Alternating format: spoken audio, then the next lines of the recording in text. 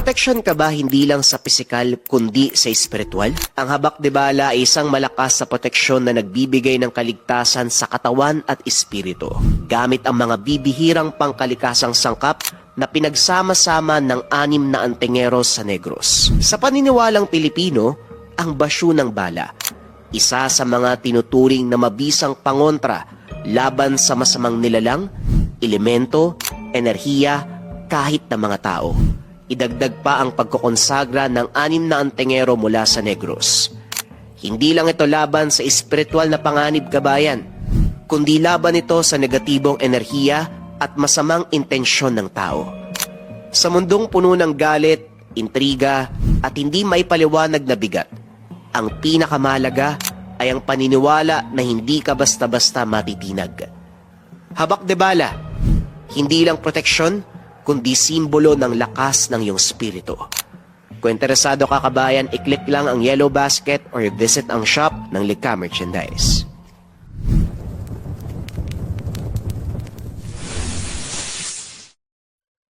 Ang kwentong ito ay hango sa totoong buhay. Mula ito sa isa nating kabayan na itago na lamang natin sa pangalang Mayong. Taong 2000, probinsya ng Sarangani. Magmula pa noon, marami ng usapin na gumagaling dahil sa kanilang paniniwala. May mga pamamaraan ng panggagamot na nagmula sa mga hindi karaniwang salita. Nung una, ayaw maniwala ni Mayong dahil lumaki siya ng walang pinaniniwala ang Diyos o kahit walang sinong sinasamba. Wala rin sa pamilya niya ang lumapit sa simbahan o kahit ribulto ng santo sa bahay. Naging maayos ang pamumuhay sa kabila ng kawalan ng pananalig. Subalit unti-unting nagbago ang lahat magmula nang makaramdam ng sakit ang ina. Hindi na mamukaan dahil dahan-dahang nasisira ang katawan. Lumobo ang tiyan. Naging kulubot ang balat. Nagsugat-sugat. Napapadalas ang pagsusuka ng dugo at iba pang hindi maipaliwanag na sintomas.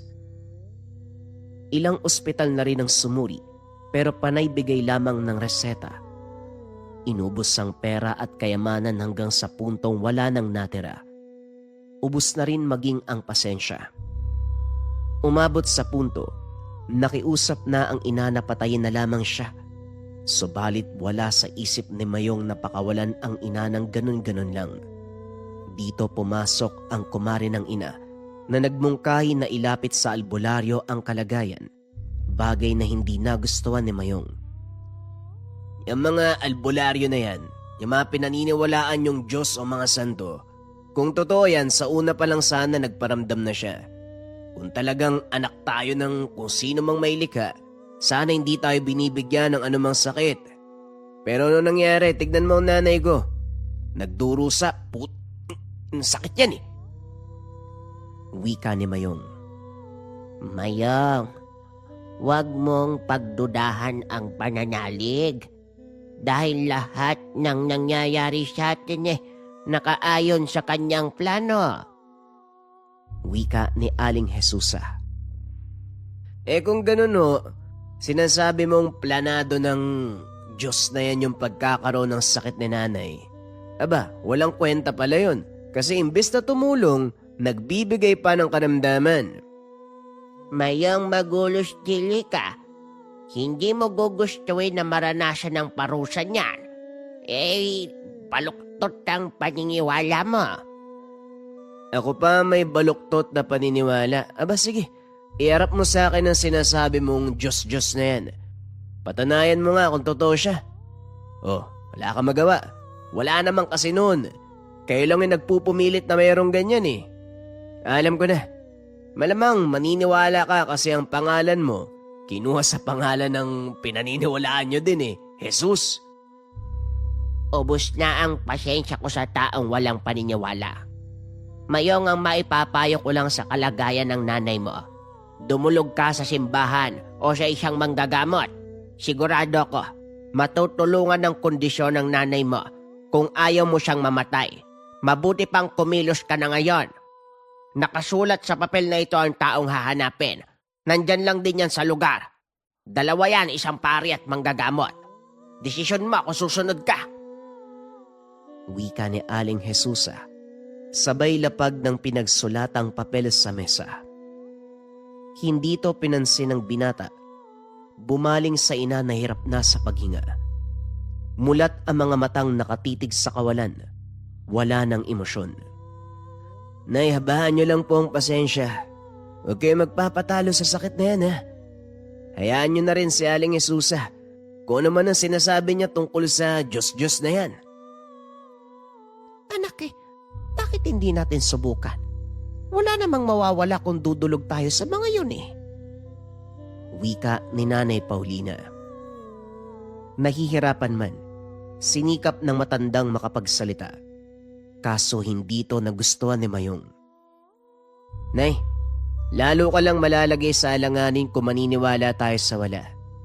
Palagi na lang sinasabing Diyos-Diyos na yan nasaan? Nasaan ba yan? Binibilog lang ang ulo natin dyan. Wag na, Nay. Sigurado kong kayang labanan ng katawan mo ang karamdaman na yan. Paano kung hindi? Paano kung mamatay ako dahil hindi tayo nakinig sa payo nila? Subukan na lang natin, anak. Wala namang magbabago. Kung walang mangyari, huwag na tayong sumubok muli. Pagbigyan mo na lang ako. Nahihirapan na ako sa kalagayan ko Matapos masaksihan ang luha ng ina, naantig ang damdamin ng binata, pinag-isipang mabuti ang desisyon. Panay ang iling, ayaw tanggapin, na dahan-dahang bumigay ang sarili para dumulog sa manggagamot. Matapos matonton ang lugar na isinulat ni Maring Jesusa sa papel, natigilan si Mayong sa dagsaan ng mga tao. Daig pa ang palengke kung dumugin. Mahaba ang pila, may mga pasyente na may iba't ibang karamdaman. May naghihingalo na matapos lumabas mula sa bahay ng sinasabing manggagamot. Umayos ang pakiramdam. Meron pang lumobo ang katawan na kaagad ding naibalik sa dating kalagayan. Iyo, sa bandang yun kayo pumesto ng kasama mong pasyente para madaling makapasok sa tanggapan kapag tinawag na. Manong, ikaw ho ba yung manggagamot? Ano po yung ginagawa nyo para mapagaling ang mga tao? Hindi ako manggagamot dito. Ako si Amboy, utusan lang. Umaalalay sa mga pasyente. Sige na, doon kayo pumila. Sandali lang ho. Ano po ba talaga ang ginagawa sa loob? Bakit lumalabas silang wala ng karamdaman? Mahahalatang baguhan ka pa dito.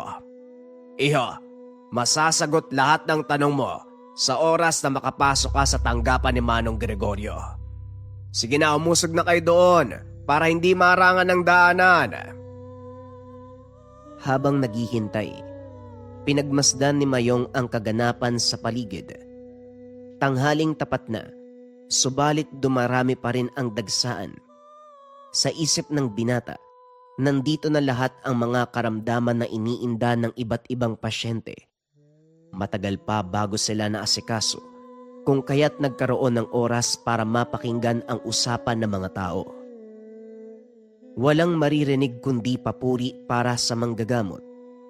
Amboy, mukhang mas maraming pasyente ngayon kumpara sa nakaraang araw. Alam mo, bilib na bilib talaga ako kay Manong Gregorio. Kahit gaano karaming pumipila, wala siyang hinihindihan.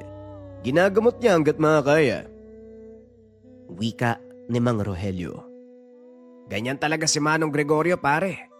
Nasa Diyos ang pananalig, kung kaya't ilang libo man ang pasyente ang pumarito, pinapapasok, ginagamot. Hindi napapagod si Manong dahil hindi nauubos ang kagalingan na mula sa Diyos.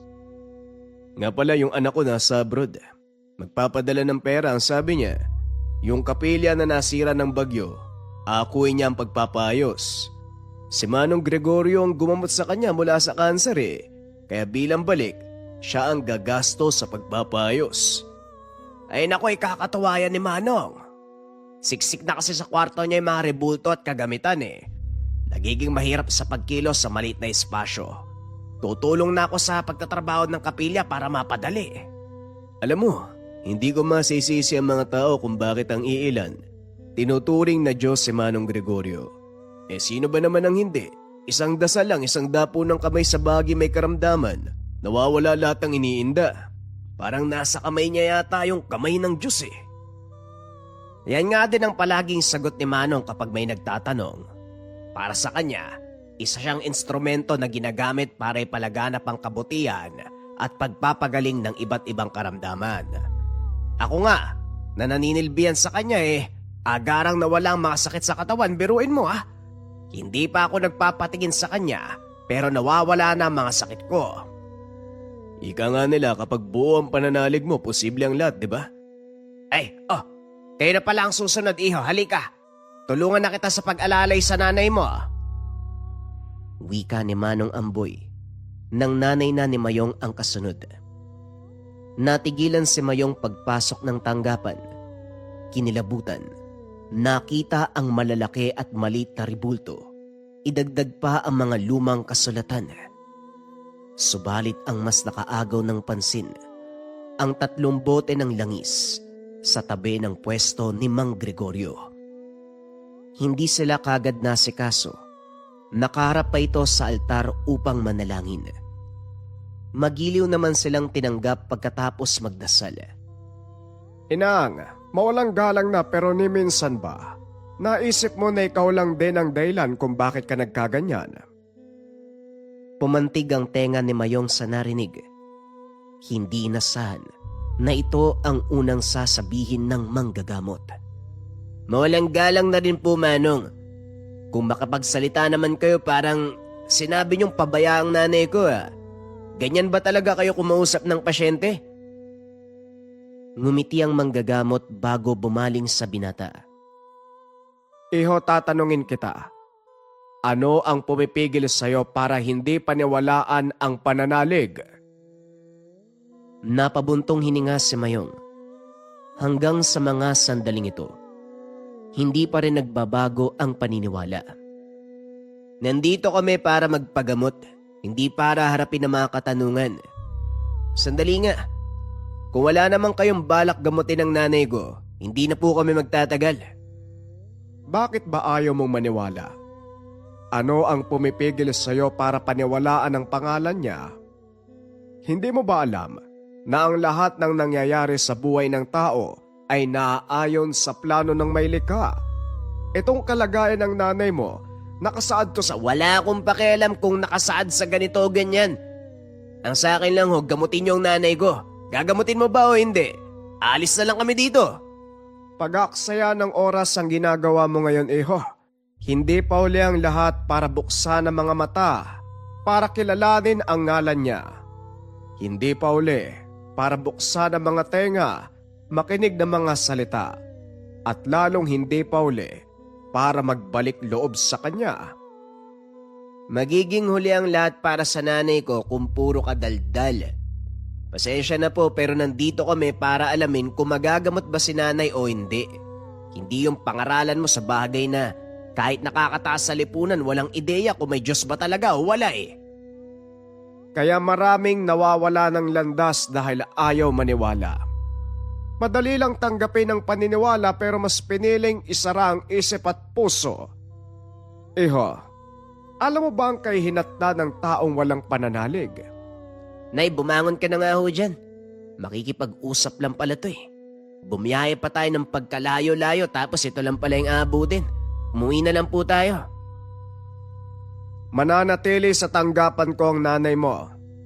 Ang nanay mo, unti-unti nang binuksan ang isip at puso para sa presensya sa pananalig. Ikaw, kailan ka magsisimula? Ano ka ba pare o manggagamot? Sobrang daldal mo eh. Alam mo din pala ang tawag sa mga ibang gumagamit ng pananalig. Pero bakit hindi mo subukang maniwala? Mababaliw ako dito, ganito na lang. Alis muna ako. Babalikan ko na lang si nanay mamaya, hindi ko kayang pakinggan yung mga sinasabi mo eh. Sandali, puro ka tanong sa akin na ikaw ba? Buo ba ang paniniwala mo? Amboy, ihatid mo ang batang yan sa tahanan ni Paring Rogelio. Pakisabi sa kanya pagsilbihan ang bisita natin. Wika ng manggagamot bago tumalikod at inasikaso na si Nanay Paulina. Sumama si Mayong kay Mang Amboy. Dinala siya sa tindahan ni Mang Rogelio. Sinabi rito ang bili ng manggagamot. May iba't ibang klase ng kape at tinapay. Alin ang gusto mo? Ipagtitimpla kita. Kahit ano na lang po, basta nakakain at naiinom. Nga po pala, kayo po ba naniniwala kayo sa mga ganyan? Kamot ulong natawa ang matanda. Pasensya na. Ngayon pa lang kasi ako nakarinig ng ganyang tanong eh. Dito kasi sa lugar namin, buo ang paniniwala ng mga tao. Nagulat ako sa tanong mo, ikaw ba naniniwala ka? Malamang hindi. Kung totoo yan, sana nakita na natin yan yung mga sinasabi nyo. O narinig natin yung boses, kaso wala eh. Puro salita lang o nasaan. Saan siya nakatira? Anong itsura? Anong boses niya? Hindi man nakikita, hindi man naririnig, pero nararamdaman ng taong naniniwala. Minsan hindi mo kailangan makita, hindi mo kailangan marinig. Sapat nang maramdaman mo ang presensya para masabing nariyan siya. Totoo ang pananalig, iho. Mag-isip-isip ka. Wala naman akong kailangang isipin, Manong eh. Saan mo ba nakuha yung mga sinasabi mo? Yan ang turo sa mga kasulatan. Kasulatan na sinulat din ng tao. Dumaan pa sa iba't ibang salin. Hindi nga natin alam kung totoo yan eh. O baka likha lang na may malikot na isipan. Bakit natahimik kayo, Manong?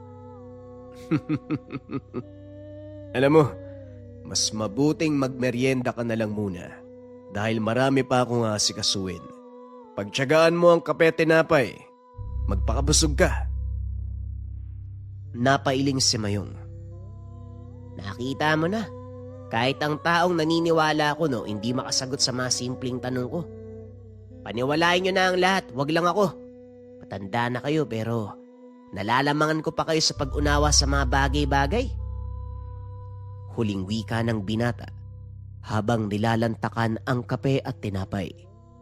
Nagpapalipas ng oras sa tindahan, hindi maiwasang marinig ang kwento ng mga tao tungkol sa kanilang karanasan. Walang ibang maririnig kundi papuri sa kaitaasan dahil ayon sa mga ito, sa hirap ng kanilang dinanas, paniniwala ang tumugon, solusyon sa kaginhawaan. Narinde si Mayong sa mga naririnig.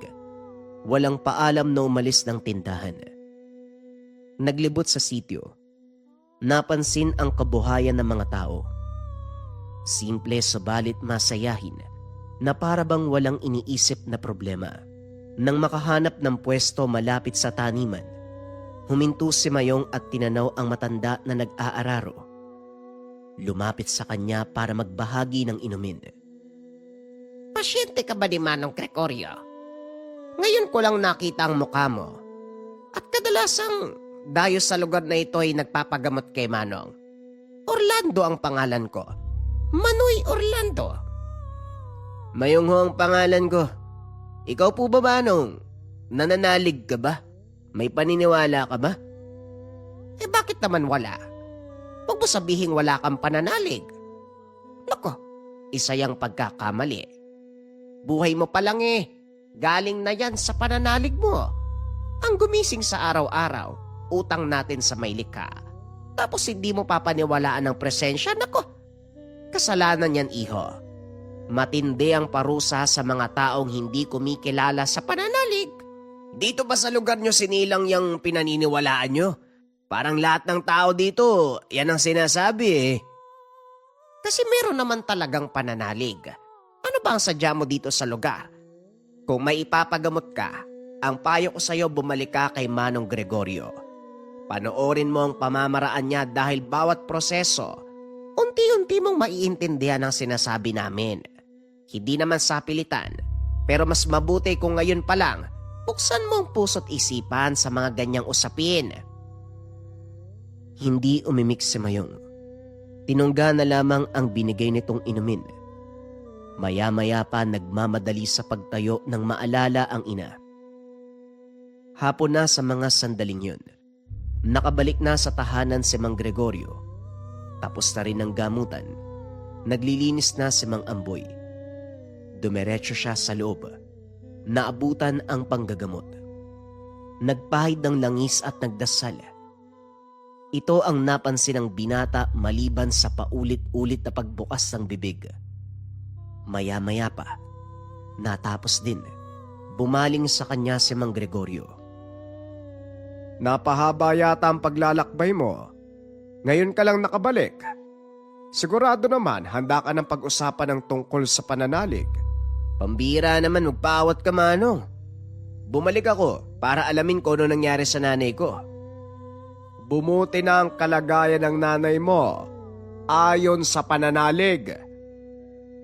Hinawi ng manggagamot ang kurtina sa kabilang silid. Hindi makapaniwala si Mayong sa nakita. Nakaigaman ang ina. Nasa mahimbing na pagtulog. Bumalik sa normal ang kalagayan ng katawan. Wala na ang panglolobo ng tiyan. Makinis na muli ang balat. Maayos na maayos. Hindi makapaniwalang tumitig kay Manong Gregorio. Ano ang ginawa niyo? Paano niyo pong napagaling si nanay? Napangiti ang matanda. Magagalit ka na naman kapag sinabi ko.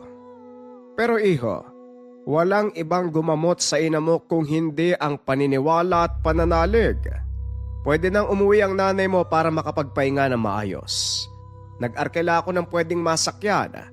Ihatid kayo para hindi na mabinat ang pasyente. Natahimik si Mayong. Napaupo sa tabi ng higaan. Habang nakatitig sa ina. Unti-unting napukaw ang damdamin.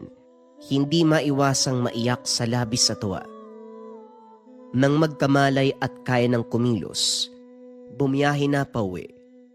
Sumalubong si Maring Jesusa na malawak ang ngiti. Akala ko, sa simbahan kayo dumulog. Sa albularyo pala. Kumusta naman ang pakiramdam mo, Mare? Sigurado ko, wala ka nang nararamdaman dyan sa kaloob-looban mo. Maraming salamat, Mare, kung hindi dahil sa'yo, patuloy ako magdurusa. Nga pala, tanggapin mo ito bilang pasasalamat ko. Mare, hindi ko binigay ang pangalan ni Manang Gregorio para bayaran ako.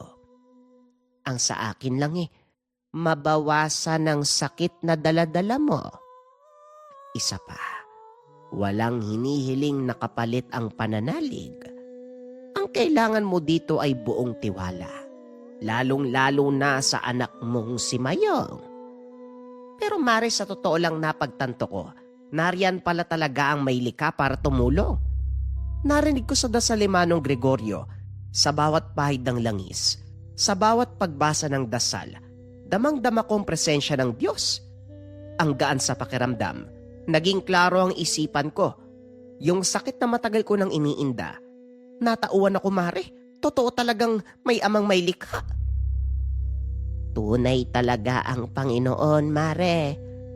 O siya, mauna na ako. Dadalo pa ako sa misa. Ay, sasama na ako. Gusto ko yakapin ng buong puso ang pananalig ko. Napabuntong hininga si Mayong. Hindi nakapalag sa desisyon ng ina. Naupo siya sa sulok. Napaisip. Ngunit nangibabaw pa rin ang paniniwala. Sa susunod na ako maniniwala kapag nakita ko na yung Diyos na yan. Yung harap-harapan ko makakausap. Nang sumunod na araw, hindi nagustuhan ng binata ang nangyayari sa tahanan. Kaliwat kanan ang naglalaki ang rebulto. Maging ang pintuan halos sabitan na ng kung ano-ano. Tuwing gabi nagdarasal ang ina. Nakikiisa sa gawain ng simbahan kasama si Aling Jesusa. Umabot pa sa punto na kahit sapag, pinagtatalunan ang tungkol dito. Anak, bakit ba ayaw mong buksan ang puso para sa Diyos? Huwag mo nang patagalin ang pagtanggap. Baka mahuli na ang lahat. Nay, pwede ba? Huwag na natin pagtalunan ng bagay na yan. Ayoko nga eh. At saka, bakit ba ang bilis mong maniwala? Paano kung paandar lang ni Manong Gregorio yung nangyayari? Paano kung ang totoo, langis niya ang nagpagaling? O hindi ba sinungaling yun? Anak, totoong gumagamit ng langis si Manong. Pero hindi nagmumula sa likidong yon ang puwersa ng paggaling. Nasa paniniwala at salita ng Diyos. Habang ginagamot ako ni Manong, paulit-ulit niyang tinatanong, naniniwala ka ba? May pananalig ka? Nagtitiwala ka? Ilang beses akong humindi dahil yun naman talaga ang totoo. Pero binigyan niya ako ng oras para makapag-isip. Hanggang sa muli niya akong tinanong, sa puntong yon ang sagot ko ay oo. Sinimulan niya ang proseso ng pagdadasal. Tinig na dinig ko eh. Hiningi niya ang kagalingan ng karamdaman ko sa pangalan ng Ama. Habang binabasahan ako ng dasal, unti-unting nawala ang bigat ng kalagayan ko.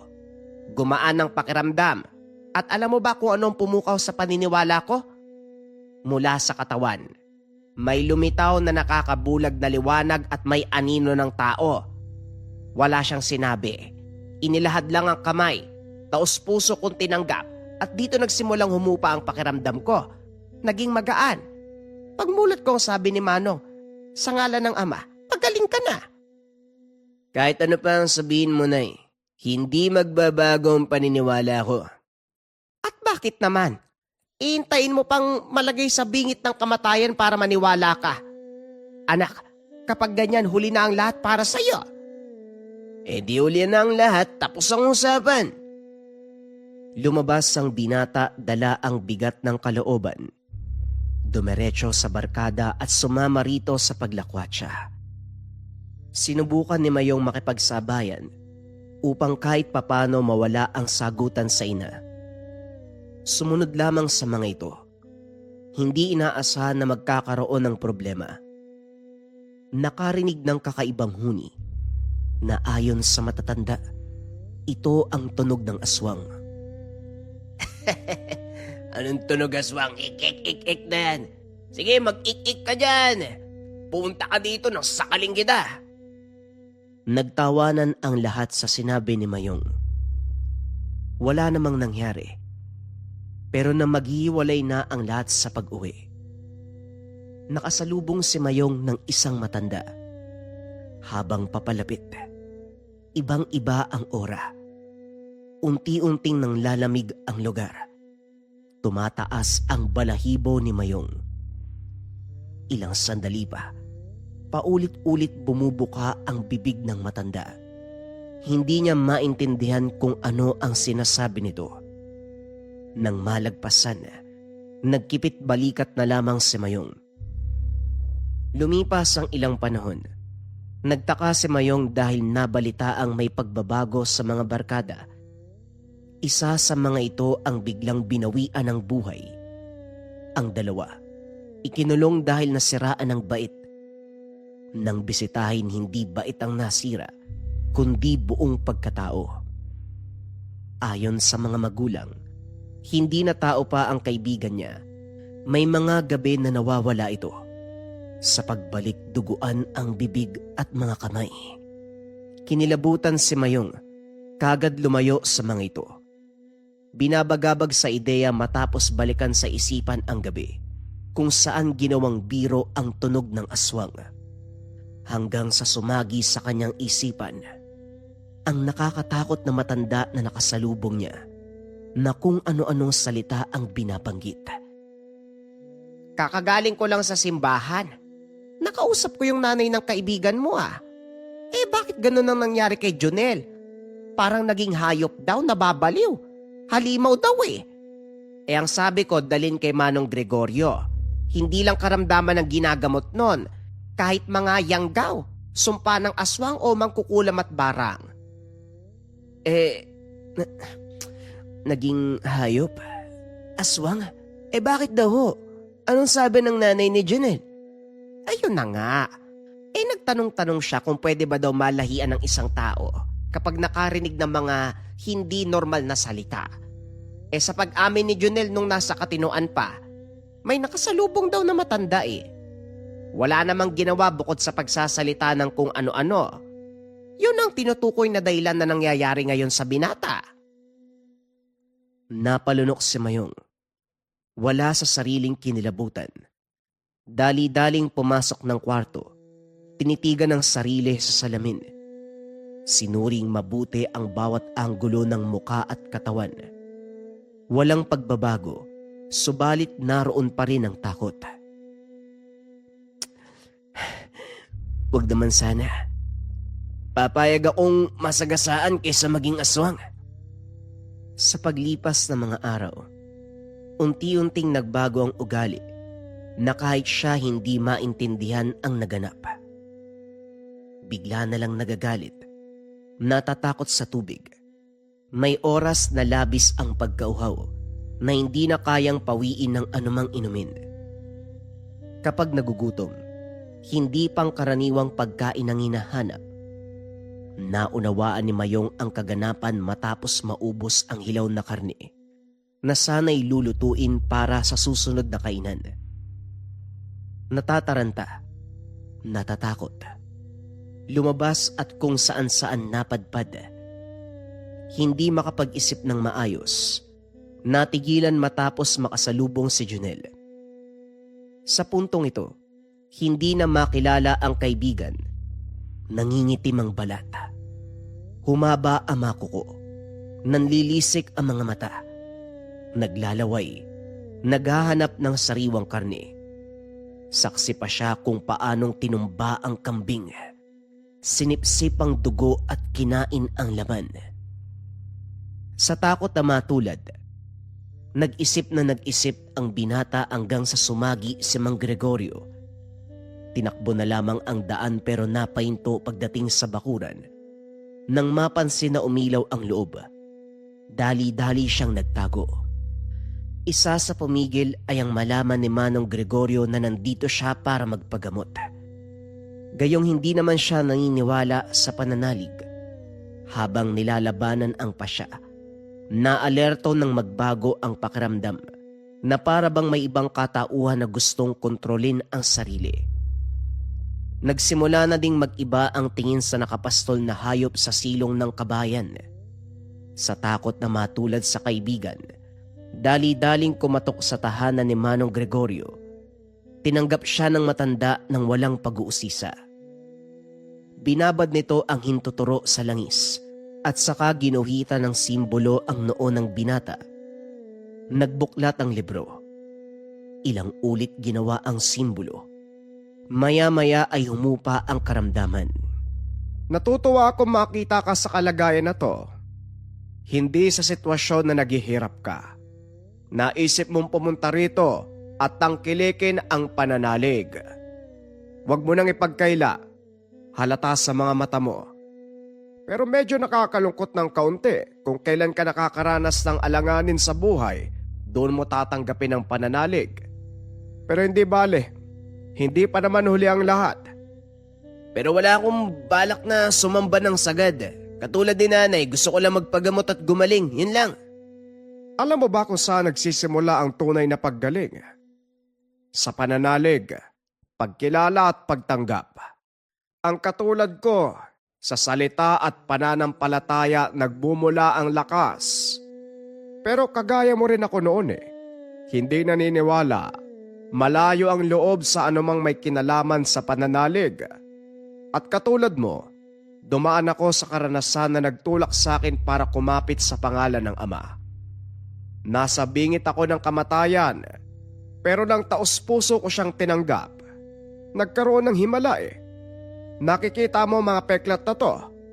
Hindi mabilang ang bala ng baril na bumaon sa katawan ko. Pero sa ngalan niya nalampasan ko ang kamatayan. At yon ang simula kung bakit ako pumasok sa panggagamot. Ano po bang punto ng kwento mo? Sa tingin niyo ho ba matitinag ako? Pasensya na, pero hindi mangyayari yan. Umuwi ang binata at sa paglipas pa ng mga araw, bumalik ang St. Thomas. Biglaan ang paglala. Umabot sa punto na nasaktan si Nanay Paulina. Natagpuan ang sarili. Natatakam kapag nakakakita ng tao o hayop, lalong-lalo na kapag naaamoy ang aroma ng balat. At ang pinakamalala, natauan sa kalagitnaan ng pagngat-ngat ng laman. Diyos ko na, paano ka anak? Kailan ka pa nagkaganyan? Wika ni Nanay Paulina habang nakatitig kay Mayong na may hawak na laman ng hayop. Nanginginig si Mayong habang nakatitig sa kamay na duguan. Kahit si Nanay Paulina, hindi na masikmurang lumapit sa anak.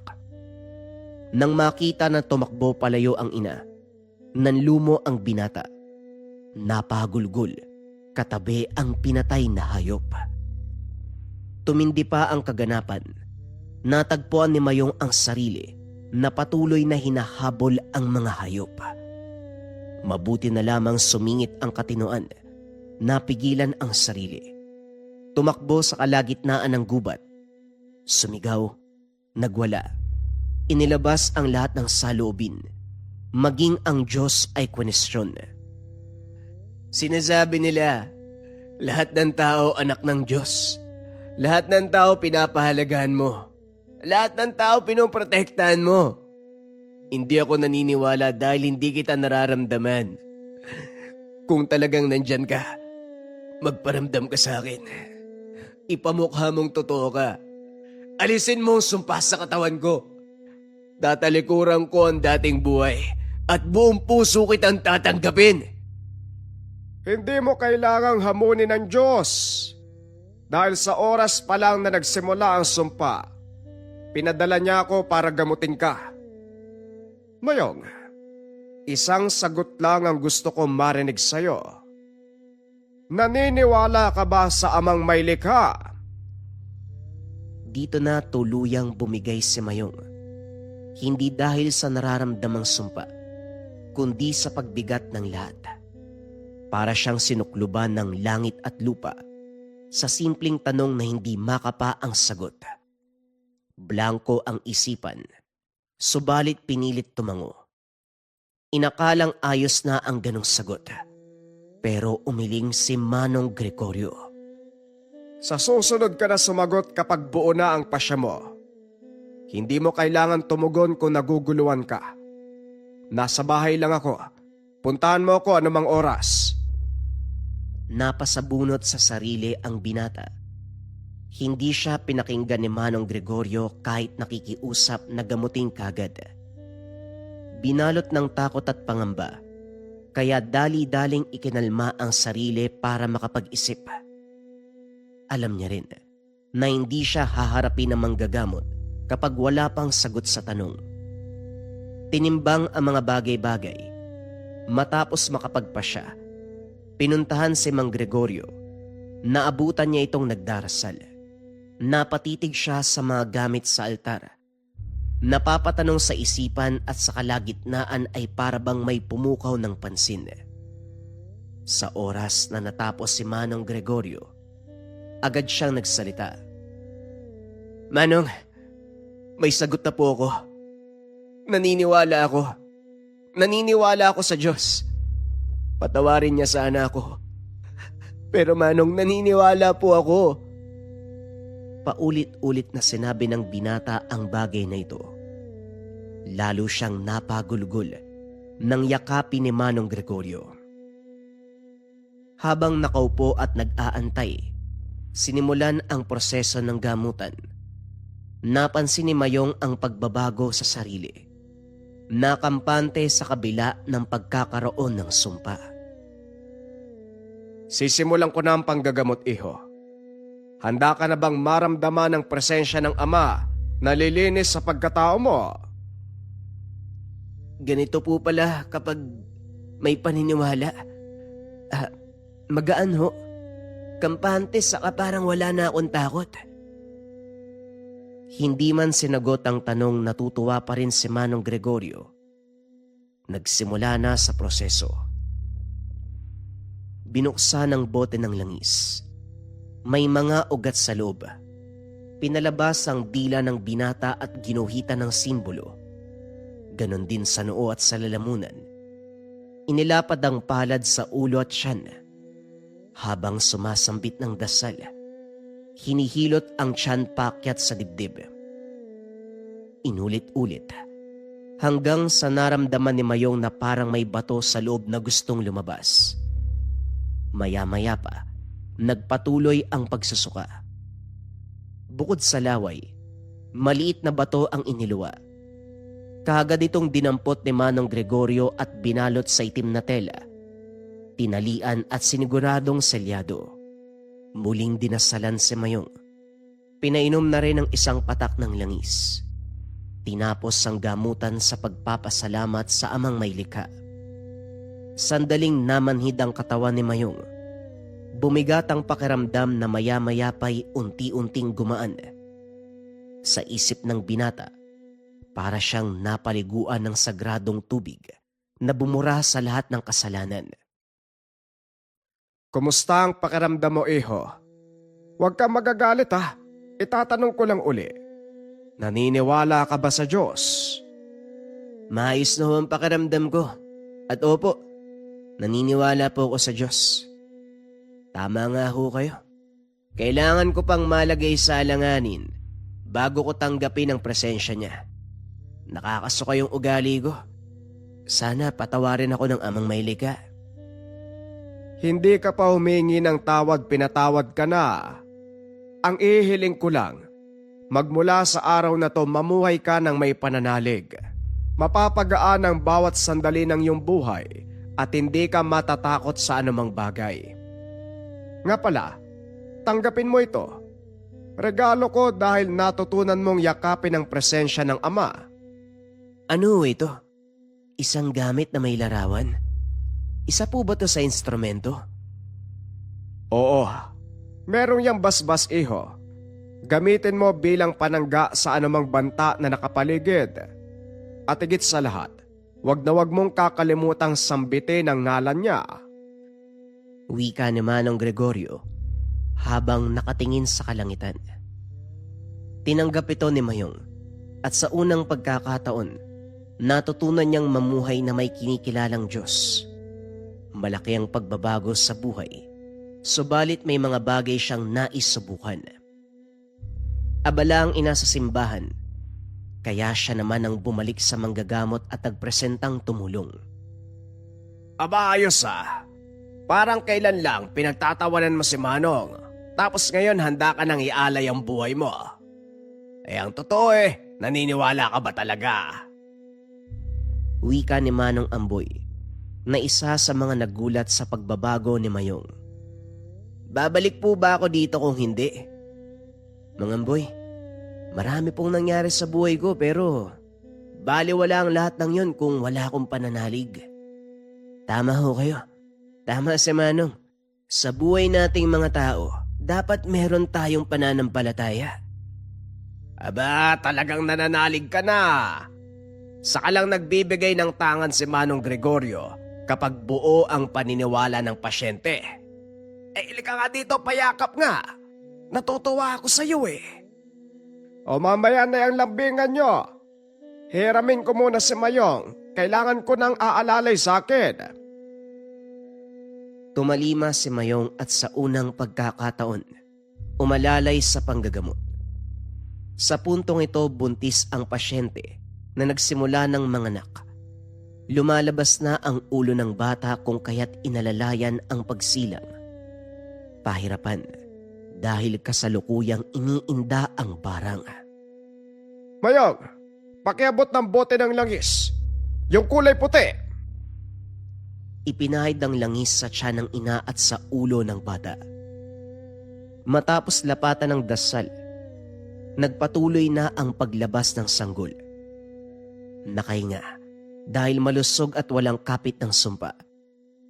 Pero pagdating sa ina, sandaling natigilan si Manong Gregorio. Inabot nito ang isa pang bote.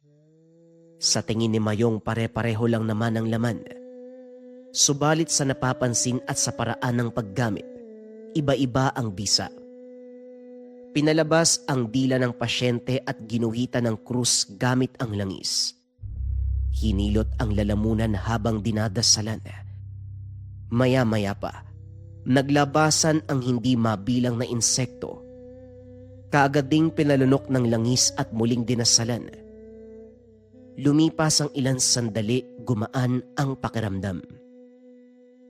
Sunod-sunod ang panggagamot dahil lumipat sa kabilang upuan si Manong Gregorio. Sa puntong ito, kulam ang inatupag. Tabingi na ang muka.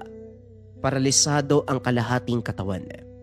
Kabilang bote naman ang ginamit ni Manong Gregorio. Parehong proseso. Pero sa puntong ito, nakausap ang mangkukulam na sumapi sa katawan ng pasyente, bagay na kinagulat ni Mayong. "Mangamboy, pwede pala ang ganyan.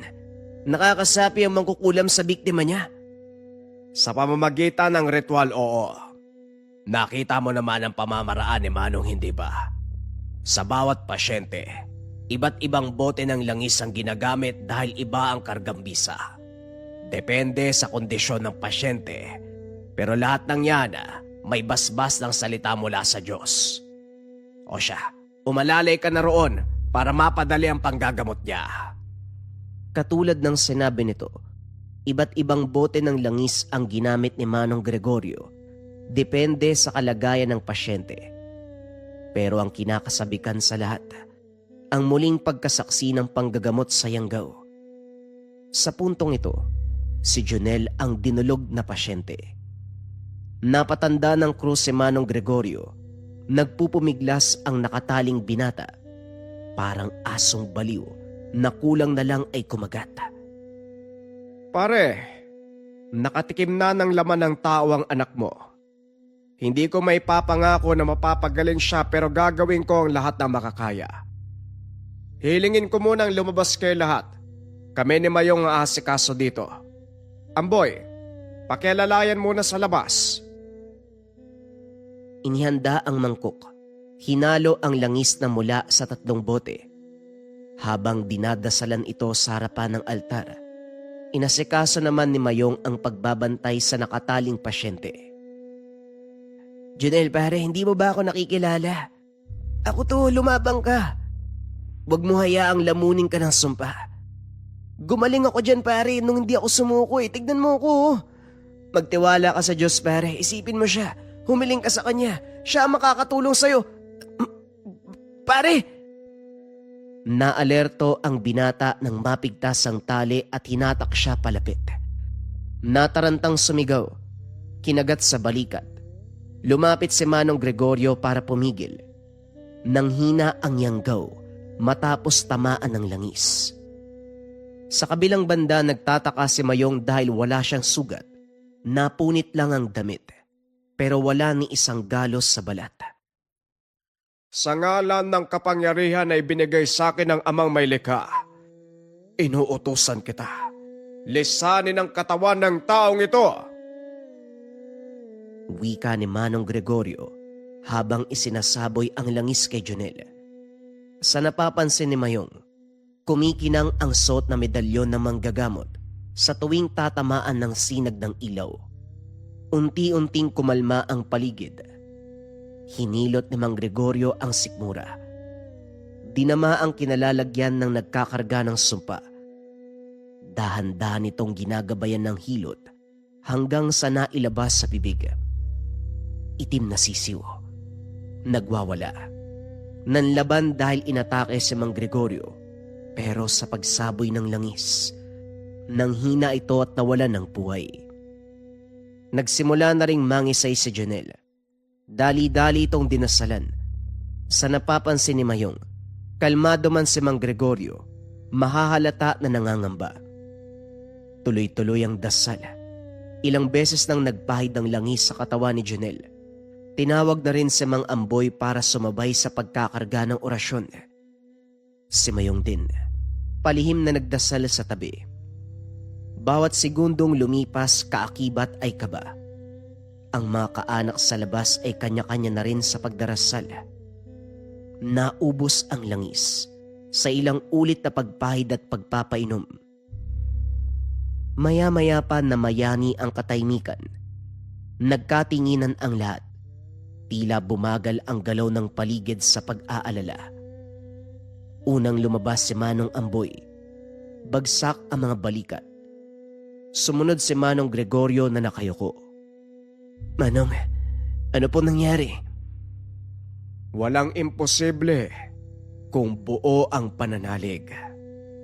Ligtas na ang pasyente! Umingay sa buong lugar. Panay pagpapasalamat ang ginawa. Maging si Mayong ay nagdasal ng pasasalamat. Aba, ngayon lang kita nakita nagdasal ah. Malaki na ang pinagbago mo, Mayong. Ipagpatuloy mo nang tuluyang manahan sa iyong pagkatao ang presensya ng Ama. O siya, magdiwang tayo. Sa awa ng ating Panginoon, ligtas na si Junel. Nagsalo-salo ang lahat. Sa kabilang banda lumapit si Mayong kay Manong Gregorio. Lakas loob na humiling sa manggagamot. Manong, pwede ba dito na lang ako sa paggamutan nyo? Handa ko ialay ang buhay ko para pagsilbihan ng Ama. Nakita ko po kung paano siya kumilos. Kung paanong nagpapagaling ang bawat salita. Itong tanga na binigay nyo, naramdaman ko po yung proteksyon ng inatake ako ni Junel. Walang sugat, walang galos. Kagaya ng sinabi nyo, kapag buo ang pananalig, protektado ka sa anumang banta. Yan ang inaantay ko marinig mula sa'yo. Pero hindi ka pwedeng ampunin dito ha. May nanay ka na kailangang uwian. Isipin na lang natin na trabaho ito. Pupunta ka rito sa oras na kailangan ng serbisyo mo. Magsisimula ka bukas sa bukas bilang alagad ng Amang may likha. Tuwang-tuwa ang binata. Iba ang dulot na saya sa kanya. Katulad ng sinabi ni Manong Gregorio, sinimula ng binata ang serbisyo pagsapit ng kinabukasan. Katulad ni Mang Amboy, umalalay at nag-asikaso sa mga dumadagsang pasyente. Kung minsan naman tumutulong sa loob o hindi kaya sumasama kay Manong Gregorio kapag may bibisitang pasyente sa ibang lugar. Habang tumatagal, hindi na namalayan ang paglipas ng panahon at sa mga sandaling ito, lalo pang naunawaan ng binata ang presensya at kahalagahan ng pananalig, pagtitiwala at paniniwala. Umabot sa punto na lalong tumanda si Manong Gregorio. Sa kondisyon na halos hindi na makatayo sa kinauupuan, kasabay ng panglalabo ng paningin, si Mayong ang pumalit sa tungkulin. Nariyan pa rin naman ang matanda, patuloy sa paggabay. Hindi lang sa barang, kulam, ordinaryong karamdaman ang napagaling, maging biktima ng yanggaw. At sa panahon ng pamamahinga, minsan naisip ni Mayong kung paano siya humantong sa ganitong gawain. Kung babalikan ang nakaraang buhay, wala siyang kinikilalang Diyos. Pero ngayon, nabubuhay sa pananampalataya. Ginawang agahan at hapunan ang pagdarasal. Ang dating binata na walang kinikilalang Diyos, ginampanan ng tungkulin ng pagiging isang manggagamot.